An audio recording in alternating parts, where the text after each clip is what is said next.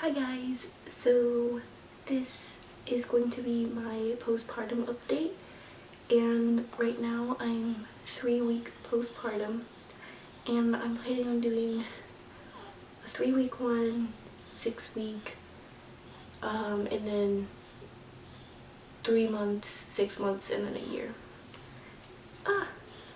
And then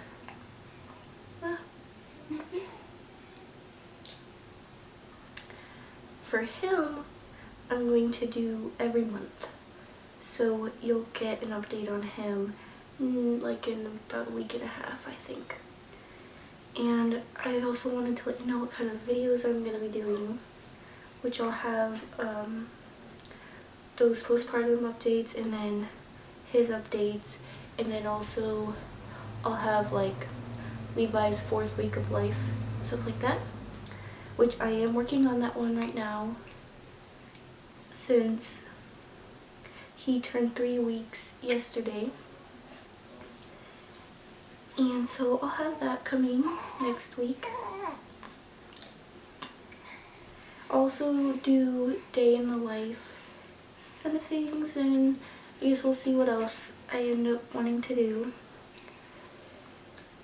And right now he's in the wrap, which he likes it facing outwards a lot more. And he thinks that his head is really strong because if I put it in one of these side things, he'll cry. So this is what's happening right now. He likes to lift his head up and look around. Yeah. And I also want to apologize for the mess in the background. I haven't really been able to do a lot, so that's why it's kind of crazy right now. Yes. Okay. Hopefully he'll be alright. He just ate, but he's real hungry all the time. Yes. I think I'll mention more of this in his update video, but last time I checked, he's 10 pounds 8 ounces. He's really growing. Yeah. Yes. Okay. So I wrote down some notes, but it's not in any specific order. So I'm sorry if this video is kind of all over the place. Okay.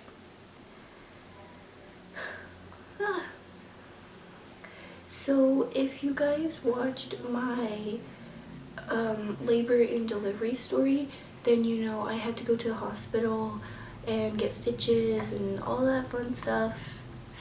So yeah, my stitches ended up being, it was actually a partial third degree tear, which the doctor said the only thing that could have been worse is if the muscles for my rectum ripped. So thank God that didn't happen, but the muscles did rip quite deeply, which makes things a lot harder for me. And my midwife said that it's in my best interest to do some physical therapy. So I might do that, I'm not sure. These past couple days I've been feeling pretty great, so I've been walking around and doing that. So I also was going to talk a little bit about what I thought the worst pain in labor was. Which, for me, the contractions felt like that was the worst part. Just the intensity of them, and it's like you can't escape the pain. You just have to sit through it. And yes, it's only about a minute, but it feels like an eternity, and it's hours long. That was just the worst part for me. I preferred pushing over that. Pushing wasn't as bad as the actual contractions for me. I don't know, it was super intense. And then as I said before, ah, as I said before, in my labor and delivery story video, his shoulder was the thing that actually made me tear, which I always try to think if I could have prevented that, but I just don't know, because they told me to push. I felt like pushing, and I was like, oh, we're so close, so I pushed really hard and he just shot out. And I mean, I could have maybe waited for the next contraction, but I didn't really think I should, because I just wanted that to be the last push. I don't know if that could have prevented the tear or not, but it happened, and that was actually one of my worst fears about giving birth, is tearing. So and then another one was having to be transported to the hospital. So I had to face both of my worst fears. Oh, another one, having a big baby that's over 9 pounds. So all of that happened. And it was really scary going in the ambulance and everything. That was my first time in an ambulance. And then hospitals. Oh. Oh. Oh. You're okay.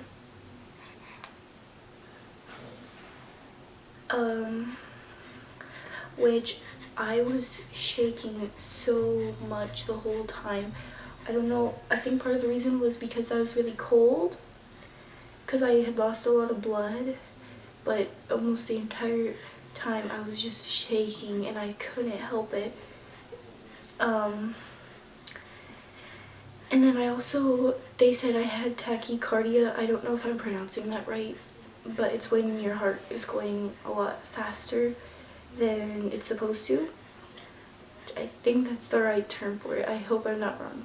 But yeah, and then they also said I had anemia, and I actually have to take iron supplements for that, but those are constipating, and so then I have to take stool softeners because of my tear, and they do not want it hurting down there, or the stitches getting torn. So those are the two things that I'm supposed to take. I need to get more of the prenatal vitamins, because I hear it's good if you take them while you're nursing, and I ran out, so I need more of that. So yeah, when I went to the hospital, I just was given, they did at the hospital give me some iron supplements and then the stool softeners, and they had me on the IV thing for my fluids, and they did my stitches. That's pretty much all what the hospital helped me with. They gave me like really humongous maxi pads and then the mesh underwear, and then I took some of those home, but I threw away the underwear because they got gross. And then now that my bleeding has mostly stopped, it's still kind of reaching the end. So like, you know, when you're on your period and it starts to turn like dark red / brown, that's kind of where I'm at. And I'm hoping that the bleeding is going to stop soon, because I really don't want to have to wear pads anymore. It's been like 3 weeks, so it's kind of getting old. So I'm gonna talk about my bathroom routine, which for me, going pee never hurt or burned. It was only sitting on the toilet that was horrible, just because the way that I have to sit, or just the way of sitting like that on the toilet hurt my stitches a lot. But now that pain has gone away, thank goodness. But having a bowel movement is still super painful. And I have the stool softeners, but it doesn't seem to do anything. And then when I do go number 2, extra blood comes out more than usual, and I don't know exactly where it's coming from. I don't know. I think my stitches are still okay though, and last time I checked they weren't infected. So yeah, and then my midwife gave me some herbs to put in, mix it with water, and then you have it in a peri bottle, and then I use that to clean and then dry with toilet paper. It's really hard doing that though for the back, you know. And then I don't think I'm gonna be checked to see if my stitches are infected until maybe a couple more weeks again, because no one's really looked down there in a while. But I think I'm okay. It's slowly getting better. And then I used to have a lot of back pain still, which I sometimes still do. Just like in the very lower back, those bones down there. I don't know what they're called exactly. They're the 2 ones on the sides. But if I'm like bending over, they'll start hurting a lot. It used to be though that they'd hurt just when I'm sitting, which now it's all better. And yeah, okay. So my recovery is, the stitches are supposed to heal in 6 to 8 weeks. So 8 weeks is going to be May 1st. Whee. And so I'm not planning on doing anything until May. It's okay. Sorry, he got hungry, so I'm nursing him. I think I was talking about... Oh, right, okay. So the doctor said my stitches are gonna take 6 to 8 weeks to heal. And so May 1st is that 8-week mark. And so in May is when I'll be able to start doing regular things like hiking and stuff like that. Because I really do want to go hiking, and I might be able to work out, but I also have to just see how it's going and making sure that it's not infected. And I don't know if I'm going to need physical therapy for sure or not. So I guess it just depends on how everything's going with the healing process. I really want to go swimming, which I'm not allowed to do till 8 weeks. So when that comes, I'll be excited. And I'm also really excited to go in a hot tub again, because I haven't been in one since I was pregnant.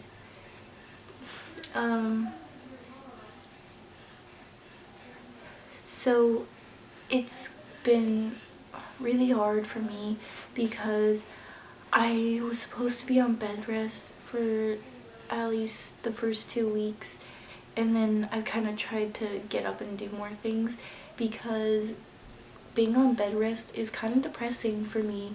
I do not like laying in bed all day. I just don't feel like I'm myself.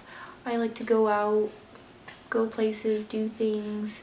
I really wanted to be able to care for him a lot, but I've needed a lot of help, which luckily I still live with my mom, and so she's been helping so much. I'm so grateful for all the things she does. And Adam helps so much as well. He'll get up in the middle of the night to change Levi's diaper, and he has to go to work at 4 in the morning, and so he doesn't get a lot of sleep, which I feel bad about, but I'm also really grateful that he helps me because I've just barely started being able to walk around without it hurting so much. When I stand up, I do feel a little bit of discomfort down there, but it's not so bad. I just can't stand up for too long, otherwise it's just really, really uncomfortable. And we have been doing co-sleeping because I definitely couldn't be getting up in the middle of the night and going over to his crib, and then I'd feel bad if Adam had to get up every single time. And which I have conflicting thoughts about co-sleeping because I know there's some safety risks about it, but I also, it's a lot better for our family and our situation because he's right there, so whenever he's hungry I just gotta turn on my side and then I could feed him while laying down, which for the longest time laying down was the only position I could be in without it hurting so bad. And he also doesn't really like being alone in the crib that much, which is understandable, but maybe when he gets a little older he'll be okay about it. But I'll talk more about him in his update. So I've had a lot of postpartum pain, which I seriously did think that the worst part about having a baby would just be actual labor and pushing the baby out. But no one really talks about how horribly painful it is afterwards. I mean, that's my situation. Not everybody tears and not everybody goes through the same exact thing, but it's been really hard. I did have a lot of pain in my back, which is slowly going away, but it might be best if I'm able to see a chiropractor or something like that to kind of help me out. And then for like the first couple days after I had the baby, my teeth hurt because during labor I was like pushing my teeth together when I was pushing out Levi, and so it just felt so weird and it kind of felt like my teeth were sore, which is kind of odd to say, but it was pretty bad. And then so at the end of my pregnancy my weight was 164, I think. I'm not exactly sure. And I checked yesterday and I'm at 151, and my goal is going to be 135 because my pre-pregnancy weight was about 129 or 130, but I don't know if I'm able to make it all the way back there because I want to set a more realistic goal, so I'm gonna try for 135. Okay, so lastly I'm gonna talk about what it's like being a teen mom, which I might have said this before, but I'll just say it again. The worst part is being too young to hang out with other moms and too mature to hang out with people your own age. It's so true. A lot of my friends I don't see anymore. I don't know how they feel about me being a young mom who's unmarried. So because I don't really talk to them that much anymore.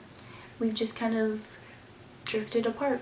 I do have one best friend who's very supportive, but she lives 2 hours away, so I haven't seen her in a while. She did come to visit the baby though, which was really nice, and I talked to her on Facebook. But when you become a mom, at least a teen mom, a lot of things change and not everybody is going to stay by your side.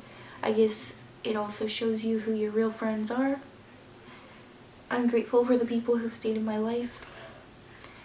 It's also been really hard on me because I'm that kind of person who cares what people think of me, which I really need to get out of that because it destroys you.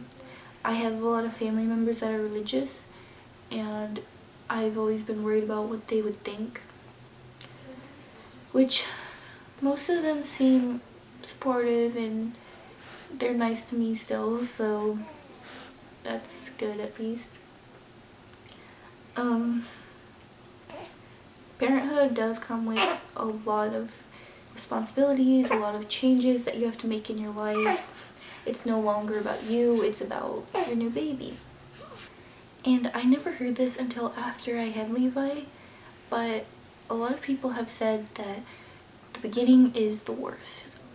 I remember the first week after I had him was absolutely horrible because I didn't expect how little he would sleep. He, during the night, would seriously wake up every hour, and I was getting no sleep at all, and I just had a meltdown. And I remember I would cry, and Adam would get really stressed out, and we just kind of take it out on each other, which is exactly the opposite of what you're supposed to do. And it's just so hard because you don't know how tough it's going to be till it's actually happening. He would just eat so much, which he still kind of does, and he doesn't actually sleep that much. He's awake a lot. He likes looking around, and so I don't have a lot of time for myself, which is why I haven't been able to do a lot of videos. But as recovery is getting better, I should get better at doing videos. I'm sorry this video was all over the place. It's been crazy. So I think I mentioned everything I wanted to, but if you have any questions, please let me know. Thanks for watching. Bye.